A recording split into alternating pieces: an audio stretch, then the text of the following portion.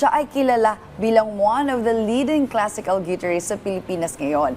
Nanalo sa iba't ibang guitar competitions at nakapag-perform na rin sa numerous concerts around the Philippines at abroad. At ngayon ay inilabas na niya ang kanyang libro na may titulong Play Filipino. Siya ay walang iba kundi ang classical guitarist na si Monching Carpio. Magandang umaga. Welcome dito sa Rise and Shine Pilipinas, Monching. Good morning. Good morning. Thank you for having me. Alright, bago ang lahat, maaring mo ba nga ipaliwanag sa amin kung tungkol saan itong libro na Play Filipino at ano ba yung nilalaman nito, Monching? Yung Play Filipino, it's a collection of Filipino folk songs na inarrange ko for classical guitar. So ano siya, yung mga pinalakihan natin na mga folk songs, tapos inarrange ko siya in a way na hindi siya katunog ng original, so medyo parang deconstructed siya. So wordplay din siya ng Play Filipino, parang encouraging people to play more Filipino music, at the same time parang pinaglaruan ko yung mga folk songs. Ayun. And Monching, paano niyo pinili yung mga kantang isasama niyo sa libro? At gaano ba katagal niyo binuo ito? Napansin ko doon sa mga screenshots ng libro, parang may mga notes din. So may mga chords din na pwedeng sundan yung ating mga musicians. Ganon? Ano siya, standard music notation, pero nilagyan ko siya ng tablature kasi hindi naman lahat nakabasa ng notes. So para lang mas accessible siya sa lahat. And then, yung mga folk songs, pinili ko siya base sa mga, kung ano yung familiar sa akin. Kasi mahirap mag-arrange kung hindi mo alam yung ginagawa. So, ano rin siya. So, mostly mga folk songs from Luzon, then konti sa Visayas, and then parang isang piyesa lang from Mindanao kasi yun nga, parang mahirap din maghanap ng mga piyesa na available online. And then, ginawa ko siya noong pandemic. So ano siya, 4 years in the making. So kasi nung lockdown, wala tayong magawa lahat. Nakakulong tayo sa mga bahay natin. So kinuha ko yung oras para maging creative. Tsaka para rin hindi ako mabaliw kasi naka-lockdown tayo lahat. So kailangan may ginagawa tayo para mahasa yung utak natin. Ayun, so inabot siya ng 4 years kasi dala ng procrastination. Tsaka ayun, so ngayong year ko lang siya din-decide na kailangan ko na siyang i-release. Ayun. O at least napaka-productive ng nung pandemic time at naka-produce ka nga nitong libro. Pero other than that, pwede mo ba kaming ikwentuhan pa ano yung naging proseso mo dito sa pag-areglo ng mga folk songs na to na nationwide, no? Mula Luzon, meron ka rin Visayas, meron ding Mindanao. Pwede bang ikwentuhan mo kami? Ano yung naging proseso mo dito? I think nag-umpisa to lahat, parang papunta lang ako sa, bibisitahin ko dapat yung nanay ko, and then nag-commit lang ako sa train, and then tinry kong kantahin yung mga folk songs kasi may commute, so maraming oras na papatayin. And then doon parang ano siya, instead na yung usual na form, yung kunyari, Leron Sinta, instead na kantahin natin siya ng Leron Sinta, ang ginawa ko siya parang mas pinrolong ko yung melody, so naging Leron Sinta, and then iniba ko yun yung mga chord progression, harmony, tsaka yung pinaka-form niya. So mas ano siya, hindi siya yung typical na folk songs na, so mas naging parang mas popular yung approach para mas makarelate din sa mas maraming tao. In a way, Meiji, parang kung iisipin mo yung ginagawa ni Monching, para mas nape-preserve niya itong mga folk songs natin. Dahil nagkakaroon ng bagong rendition, ba ang tawag doon? O bagong version. Pero bagong arrangement. Yes. Ito, Monching, bukod dito sa iyong libro, may bago ka rin release na album. Can you tell us more about it? Yes. Last September, October, nirelease ko yung Philippine Music for Classical Guitar. So ano siya, original composition siya ni Jose Valdez. So isa siya sa mga pioneer ng classical guitar dito sa Philippines. So 13 composition siya, and then ni-record ko siya gamit ang mga historic guitars from GTY collection. So mga ano yun, mga collector's item na guitar as old as 1883. So yun, parang 13 tracks and then 13 guitars din. So 1 guitar per track. So ayun, available siya sa mga streaming platforms. Ayun, pwede siyang i-stream.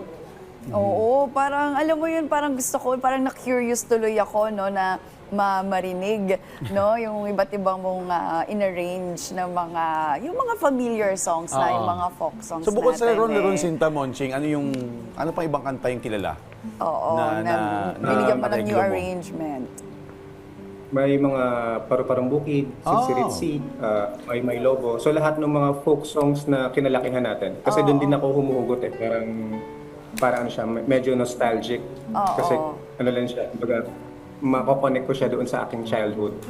Tapos ngayon ko siya pinipresent in a different light para hindi naman siya nakakasawang pakinggan. Totoo. Na nabanggit mo, Monching, no, na meron yung mga collections sa mga gitara. Bakit ba napunta ka dito sa classical music nito? Paano nag-umpisa? Well, actually, nung high school, ang pinaka-pangarap ko talaga ay maging rockstar. Kasi nagbabanda ako dati. So, electric guitar yung gamit ko. And then, may isa akong friend na in-encourage ako mag-conservatory. So, ayun. So, tinry ko siya. Tapos, parang culture shock na lang kasi ano pala siya, note reading pala, tapos classical pala yung inaaral. Pero during that time, wala akong idea na may conservatory pala or may classical music. Kasi hindi naman, sa ating mga Pilipino, hindi naman innate yung pakikinig ng classical music. So, growing up, wala akong idea.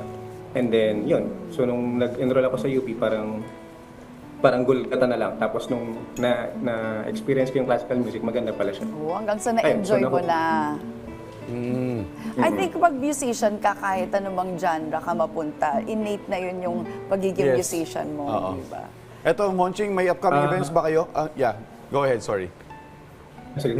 Hindi, yung siguro sa innate, parang lahat naman tayo may talent. Pero kumbaga, sa classical kasi, once na mag-take ka ng classical training, parang pag nakuha mo yung training, yung skills, madali nang pumunta sa kahit anong genre kasi yun nga, equip ka na ng technique.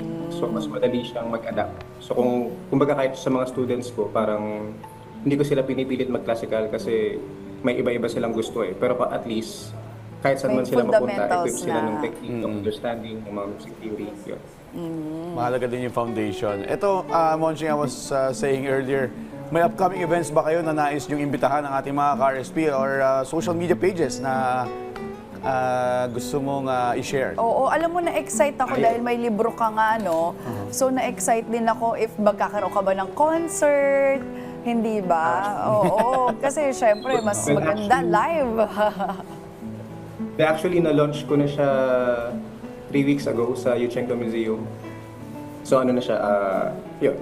Na-perform ko na yung lahat ng tracks sa libro ng live. Tapos meron din siya mga videos, so pinapost ko din siya sa aking mga social media pages.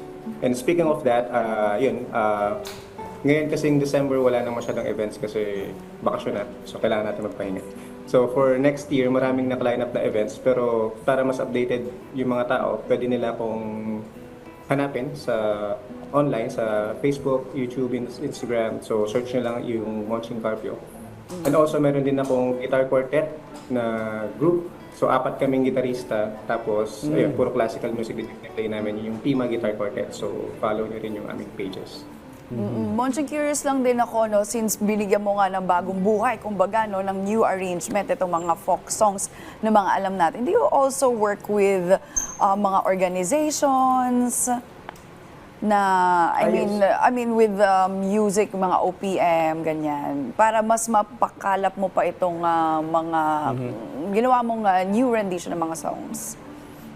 Actually, marami akong solo guitar covers ng mga OPM songs. Kasi yun din eh, parang ito kasi yung way para ma-bridge ko yung gap between doon sa mga music people tsaka yung mga hindi masyadong familiar sa classical music. So para ito yung hook para makuha ko yung attention nila. At the same time, pag nakuha ko na yung attention nila, hopefully ma-appreciate din nila yung serious classical guitar music. So ano lang siya, para skill siya, para mas marami pang tao na maka-appreciate dun sa instrumento natin. Yes, alright. Maraming salamat, Monching Carpio, sa pagsama sa amin this morning, ha, at good luck sa libro mo and of course sa mga upcoming events pa. Mabuhay ka. Thank you, Monching.